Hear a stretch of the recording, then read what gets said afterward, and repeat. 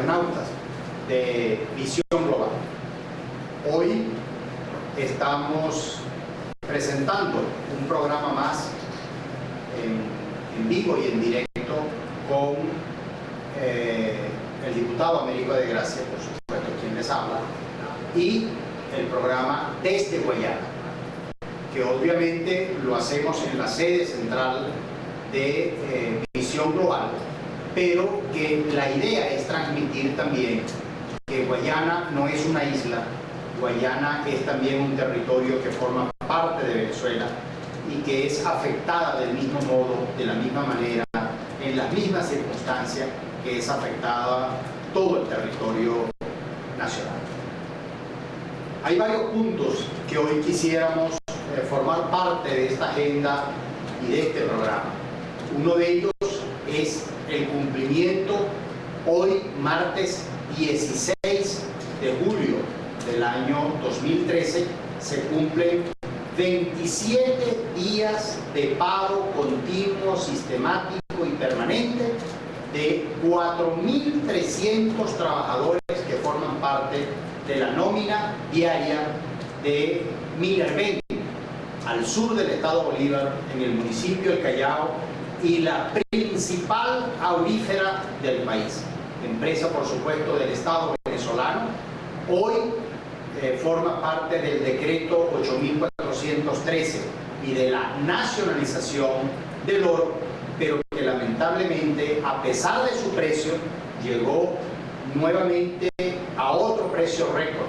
Volvió a subir el precio de la onza del oro en 1.289.80 centavos de dólar, de manera que tiene un precio excesivamente alto y nadie se explica cómo entonces su principal empresa aurífera, que es Minerven, está en quiebra, está en bancarrota, está en la ruina y forma parte de la chatarra industrial en la que han convertido las empresas básicas de la CBG. Esta empresa, lamentablemente, después de 27 días de paro, el general Osorio, presidente de la CBG, no ha dado la cara, no se ha reunido con los sindicatos, no les pregunta qué cosas quieren, ni cuál es el motivo del paro, ni a qué obedece, ni a qué razones están o por las que están hoy día en paro. Quisiera brevemente dar una pequeña descripción en este paréntesis.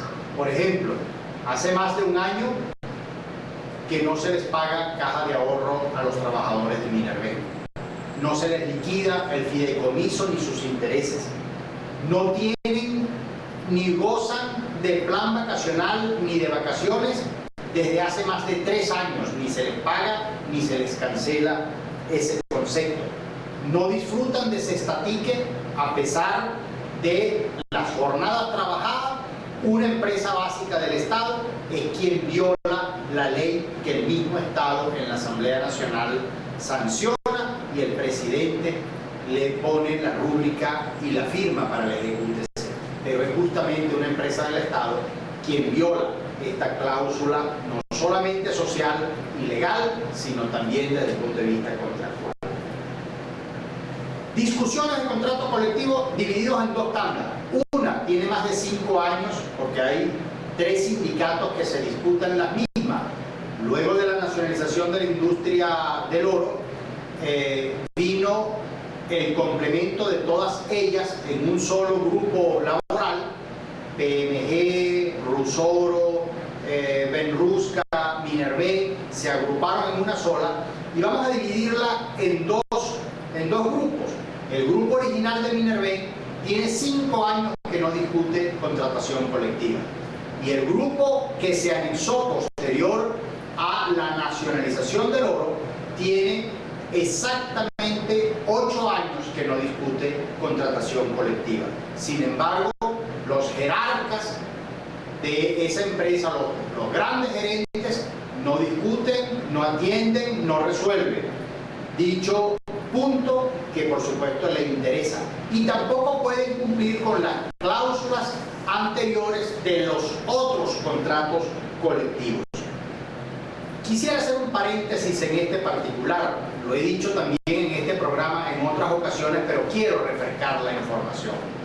Cuando la onza de oro estaba en $640 la onza, Minerven, en los años 80, finales de los 80, se daba el lujo incluso de pagar la nómina no solamente propia, sino también la nómina de Alcázar, que siempre hemos dicho que ha sido una empresa que ha tenido dificultades operativas y financieras desde su propio nacimiento. Pero hoy, lamentablemente, Minerven no puede cumplir ni una cosa ni la otra, ni pagar la nómina de Alcázar, ni pagar su nómina propia. No hay insumos en Minerven para poder operar de manera diaria y continua, a pesar o aparte del paro de hoy. Cauchos, gasolina, lubricantes, mechas para los taladros, martillos o cosas por el estilo que de alguna manera se requieren para el uso diario y operativo de los trabajadores. ¿Cómo hacen los trabajadores entonces para operar? Ellos mismos lamentablemente tienen que resolver la operatividad cuando están trabajando de su tarea diaria, llevar su propia mecha, conseguir lo que uno llama al sur del estado de Bolívar chivas, o sea, cauchos con medio uso o operativos que puedan darle operatividad a los vehículos de dicha empresa. Equipos de protección laboral que son de uso obligatorio de acuerdo a la Ley de Seguridad Industrial, eso brilla por su ausencia. Estamos hablando de cascos, de guantes, de tapaoídos o nariceras, ese tipo, botas, bragas, ese tipo de instrumentos se la tienen que proveer los propios trabajadores si quieren hacer uso de ella, porque la empresa no tiene para cubrir esos gastos o hacer inversiones en ese sentido, poniendo en riesgo a los trabajadores. Hace aproximadamente un año perdieron la vida 2 trabajadores en la mina de Sosa Méndez, en el Callao, porque se desprendió justamente uno de las grúas, de los andamiajes en donde se meten dentro de la mina. Y vale la pena señalar en este punto que las viudas y los familiares de esos trabajadores aún no han cobrado indemnización y los dejaron, la empresa los abandonó y los dejó a su suerte, a pesar de que el contrato colectivo los protege, en ese caso a los familiares, a la viuda, a la mamá o a la familia que está bajo la tutela, los hijos menores de edad que están bajo la tutela de ese trabajador. Eso lamentablemente no ha ocurrido y solamente se ha llevado a engaños de manera permanente. Por solo hablar de algunos de los términos que han sido encausados y que han motivado estos 27 días de paro y de huelga en la empresa Minerven en el sur del estado de Bolívar, en la población del Callao, que afecta a los 4.300 trabajadores y por supuesto a las 3 poblaciones que son, se supone, beneficiarias directas de esta empresa aurífera venezolana. Me refiero a Guasipati, que es la capital del municipio Rocio, el Callao, que es la capital del municipio El Callao, y Tumeremo, que es la capital del municipio Sifontes. Ese eje urbano que está en distancia aproximadamente una ciudad de la otra, entre 40 y 50 kilómetros de distancia de la empresa Minerven, son las beneficiarias directas, y estos 4.300 trabajadores son habitantes y ciudadanos que viven en cada una de esas 3 ciudades del sur del estado Bolívar. Dicho esto, pues, vamos a insistir el día de mañana en la Comisión de Energía, Petróleo y Minas, de la que formo parte, en seguir presentando el tema que hoy, lamentablemente, tanto la Comisión de Energía, Petróleo y Minas, como el general Osorio como presidente de la CBG y, por supuesto, el Gobierno Nacional a través del Ministerio de Petróleo y Minas, que es el ministerio a quien le compete atender este tema, no han podido resolver o no han querido atender. Entonces nosotros seguiremos insistiendo ante la soledad que embarga a estos trabajadores sobre un tema que preocupa a Guayana, preocupa al Callao y preocupa al mundo laboral de los guayaneses. Hoy también es el día de Nuestra Virgen del Carmen, entrando en otros temas ya místicos, y a todas las Carmen y Carmelos que viven pues en Venezuela, en el mundo entero, y que le rinden tributo en este onomástico, mayor felicidad posible en su día, y por supuesto que tengan no solamente un feliz día de hoy, sino que también puedan tener muchísimos días felices y que se les logren todos sus sueños y todos sus éxitos.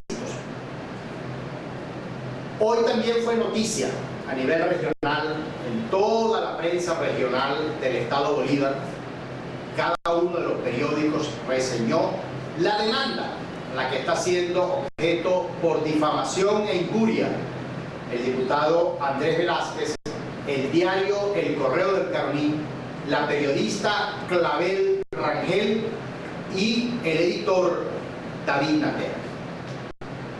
Uno de los testaferros del gobernador, el señor Yamal Mustafa, dueño de un medio de comunicación llamado Primicia, acusado directo de extorsión y de formar parte del cartel del hierro, que ese informe lo tenemos en nuestras manos, ya fue presentado en la Fiscalía General de la República, ya fue presentado en la Comisión de Contraloría de la Asamblea Nacional, con el propósito de dar con los responsables y con los culpables y desmantelar ese cartel de hierro que funciona dentro de la Ferrominera Orinoco.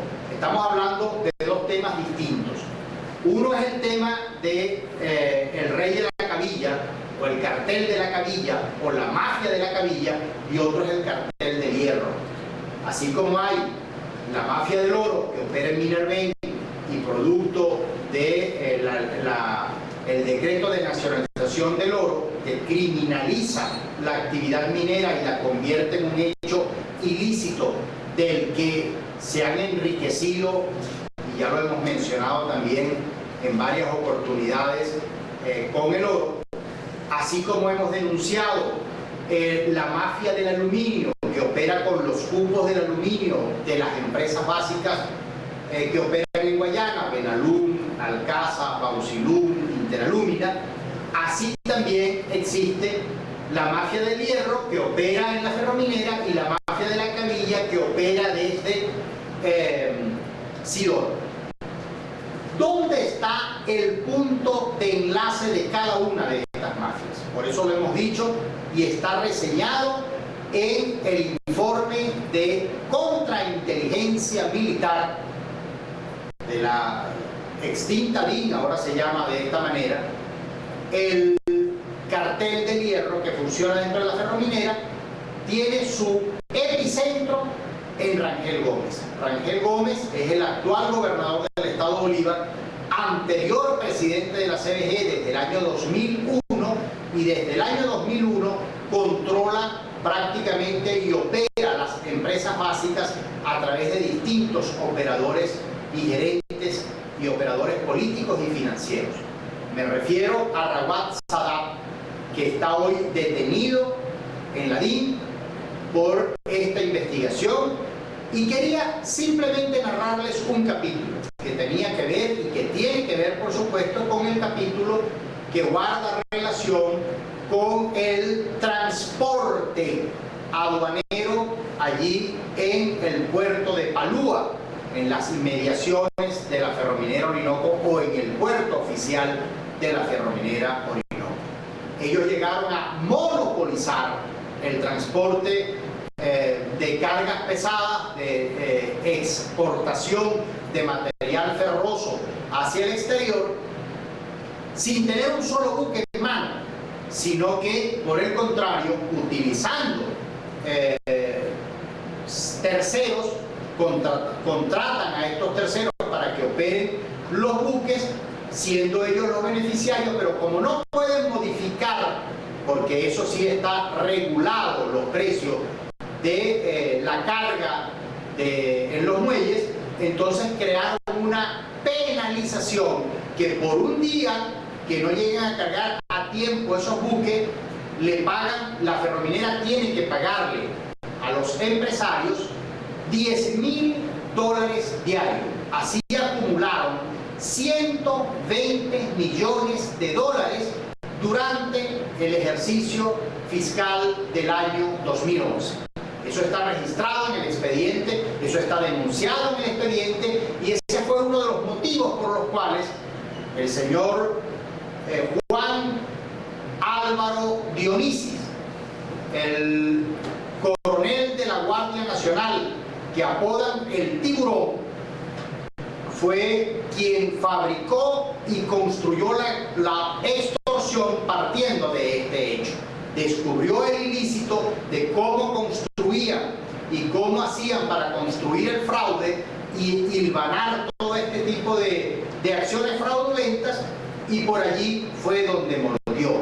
Pero para que ustedes tengan una idea, en la sesión pasada, del martes pasado en la Asamblea Nacional, se aprobaron para las universidades de todas las universidades del país 321 millones de bolívares para pagarle a los profesores, activos, jubilados, aumentar la beca de los estudiantes, etc.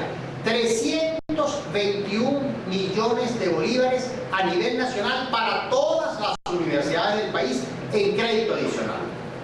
Bueno, 120 millones de dólares son 756 millones de bolívares fuertes que solamente en esa operación se metieron en el cartel del hierro, que preside y dirige Rangel Gómez. O sea, el doble de lo que le asignaron a las universidades en crédito adicional. Eso es un crimen, a nuestro juicio, de lesa humanidad. Ese es un crimen no solamente contra la República, sino también de manera específica contra el mundo académico y universitario venezolano. Eso que ellos se roban en una sola operación, que no alcanza, o lo que se invierte en las universidades no alcanza lo que ellos se robaron en una acción y en una operación fraudulenta como esta, es lo que pone de manifiesto la podredumbre y el lodazal en donde estamos lamentablemente navegando e incurriendo hoy día en Venezuela. Eso lo pongo simplemente en blanco y negro, y anexo a esta misma idea los 80 millones de dólares que fueron detectados, 86 millones de dólares que fueron detectados en el fondo chino como fraude también, y donde se supone, todavía no han dado los nombres, hay 7 venezolanos detenidos a propósito de ese fraude. Bueno, allí también se duplicó la cifra. Lo que se roban en el fondo chino es prácticamente caramelo con lo que se robaron en una operación fraudulenta, una sola de las operaciones fraudulentas en la Ferrominera Orinoco. Eso nos da una idea de la inmensa tragedia y de cómo esta tragedia de la corrupción afecta no solamente a nuestras empresas básicas de manera y todo el parque industrial venezolano, sino también la productividad y por supuesto al venezolano de a pie, y de manera específica a los trabajadores que laboran en estas empresas venezolanas. En otro orden de ideas, ya redondeando y concluyendo pues este programa desde Guayana que dirigimos aquí en Visión Global, queremos hablar también de la tarjeta única. El 8 de diciembre próximo estamos en víspera de un proceso electoral. La tarjeta única, la Mesa de la Unidad ha escogido la tarjeta única nuevamente para representar a todo el mundo democrático que hace vida activa, no solamente en la mesa, sino que fueron escogidos durante primaria o que fueron escogidos mediante consenso. Falta resolver algunos casos específicos como el Atillo, Baruta, en el caso de Guayana, la Gran Sabana, que por supuesto ha tenido algunas dificultades ajenas a nuestra voluntad por detalles que se han presentado por fallecimiento o por deserción de parte del candidato o porque el candidato fue inhabilitado, pero esos son temas que van a ser resueltos en las próximas horas. La única manera, como dice Antonio Ledesma, alcalde metropolitano, de que, o la manera más fácil de que exista un voto robado, es aquel voto que no se emite. De manera que nosotros estamos haciendo un llamado a los electores de que la lucha tiene que seguir siendo democrática, la lucha tiene que seguir siendo en el marco constitucional, en el marco legal, que nadie nos saque de esa ruta ni de ese camino constitucional en la que, por supuesto, estamos apostando los venezolanos. Pacífica, constitucional, democrática, electoral e institucional. Bueno, esto ha sido todo por hoy, amigos internautas de Visión Global, y los espero hasta el próximo martes de 12 a 2:30 de la mañana, cuando estaremos nuevamente con ustedes compartiendo un programa de corte similar y por supuesto tratando de llevarles todas estas incidencias que se dan quizás en el marco de Guayana o de Venezuela, pero con la óptica particular que nos da esa región tan hermosa que es la Guayana, que trabaja y lucha. Muy buenos días y será hasta la próxima semana.